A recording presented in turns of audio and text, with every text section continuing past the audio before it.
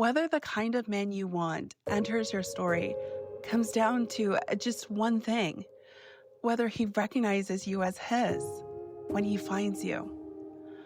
I am Michelle Joyner, the Christian dating coach. This is a podcast for single Christian women ready to marry well. It's time. Love, I'm going to tell you something that married women know but never talk about. What marriage to a Boaz is really like. Marriage to a Boaz is beautiful. It is a man who loves you as Christ loved the church, not with selfish appetite, but with sacrificial covering. It's a man who nourishes you and cherishes you, a man who sees you, your softness, as glory and not as weakness. It's a marriage where your gentle and quiet spirit is not dismissed, where your faith is honored, where your beauty is recognized as precious before God. And it is the Song of Solomon delight in every area: beloved, chosen, desired, kept, known in tenderness and celebrated. Marriage to a Boaz is the sweetness of being able to say, my beloved is mine and I am his. From personal experience, I can tell you that it's laughter and sexy glances in the kitchen and that little spark in the middle of an ordinary day. A trip to the grocery store where he whispers something in your ear while you're buying bananas and toilet paper and Paw Patrol yogurt for the toddlers. And that little whisper sends a tingle through you and you're thinking, I'm so glad I chose him. Because it's being seen as the most beautiful woman when your body changes: pregnancy, weight, rosacea, gray hair, exhaustion, and hormones. Marriage to a Boaz is knowing his love is not so shallow that it would disappear when real life arrives. And then real life does arrive. And you realize that being married to a Boaz is still not easy. That is the surprising reality. Marriage to a Boaz is still marriage. It is still two imperfect people trying to become one. It is still sex and bills and children and aging parents and careers and laundry and grocery stores and family systems and calendars and exhaustion and repair. Marriage to a Boaz is still hard because life is still hard. And that is why you must marry a Boaz, because marriage to a Boaz is covenant strength for a hard life. And let's be honest, you've worked too hard for the life you've built to hand your heart, your body, your future, your children, your peace, or your legacy to a man who could destroy it. The wrong man does not just disappoint you. He can rip your heart out. He can drain your bank account. He can make your home feel unsafe. He can make you second guess your own mind. He can make marriage feel 1,000,000 times worse than singleness. That is why you must marry a Boaz, not because he's perfect, not because he takes away the hard things in life, but because he is safe, because he is faithful, because his love does not collapse the moment life gets inconvenient. There is one thing I want to say right now about finding and marrying a Boaz. There is no perfect Boaz husband sitting on a shelf waiting to be discovered. There is no man who arrives already knowing exactly how to love you. Because how could he? He's never been married to you before. Healthy marriages are built by two people who are willing to learn each other, to influence each other. You learn what creates connection, what creates intimacy. You learn how the other person receives love, how the other person gives love, how to show him what you need, what you long for. And then life changes. Different seasons, different pressures, different versions of yourself. But when you're married to a Boaz, in every season, you both adapt. That is why I tell women not to look for the romantic Casanova. Look for the man who wants to learn you, for the man who is humble to grow with you. Too many women discard good men while searching for something that does not exist. Choose the man who understands Ephesians 5 love.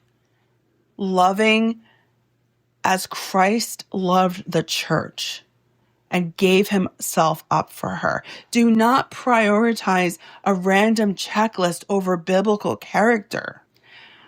Let's talk about sex, because some of you are saving sex for marriage. Some of you have honored God in that area and are continuing to make decisions that rewrite the past and honor God in that area now. And I want you to hear me clearly. Honoring God in this area of chastity before marriage will bless you. You can and will enjoy intimacy and sex in marriage. But sex is not always automatically effortless for anyone. When two people have honored God and waited, when your body changes over time, when you go through different things that you didn't expect, there's sometimes learning curves or changes or adjustments. There can be awkwardness, tenderness, fear, pressure, emotions you did not expect. That's not failure. That's an opportunity. That's two people growing inside covenant, learning to enjoy the blessings of marriage. And God honors that. That is why I coach my clients on this.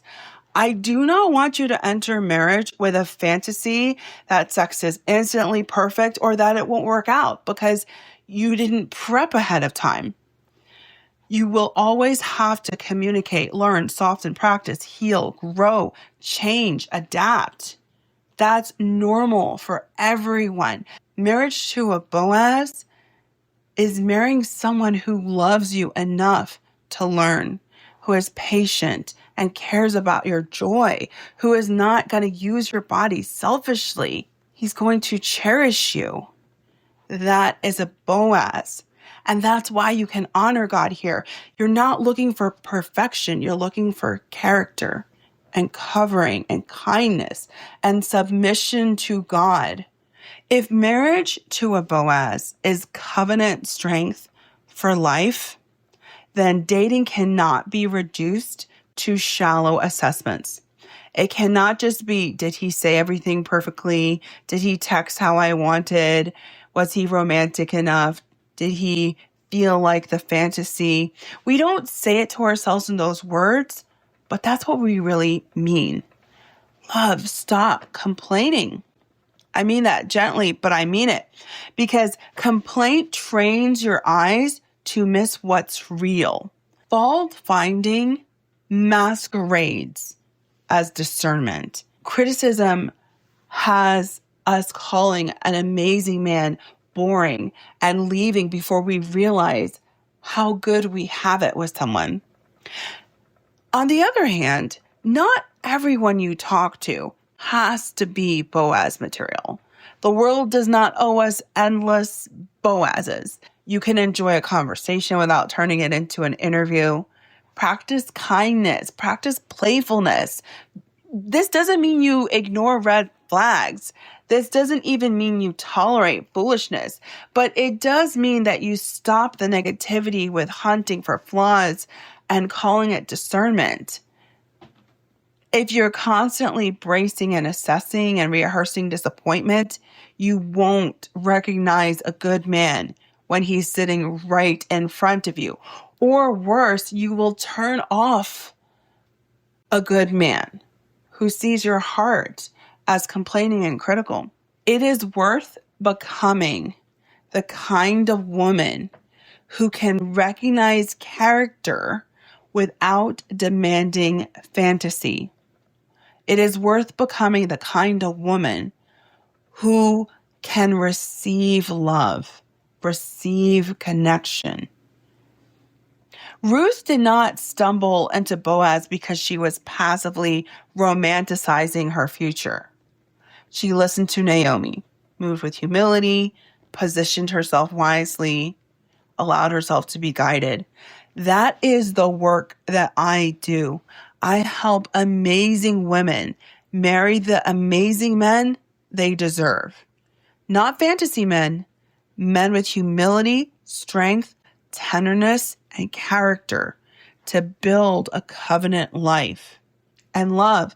If you desire marriage, children, family, intimacy, legacy, partnership, and a man of God beside you, then how much longer are you going to wait, spinning in circles with a process that is not working? Reach out for help, reach out for counsel, reach out for guidance, reach out for a Naomi. If you already see me as your Naomi, I want to invite you to come closer. I have 3 words for you. Kingdom Bride Unlocked. Send me an email. My address is michelle@thechristiandatingcoach.com. Write the word bride, and I will send you the details. Because, love, it is time for you to be a bride, but only so long as the groom is a Boaz.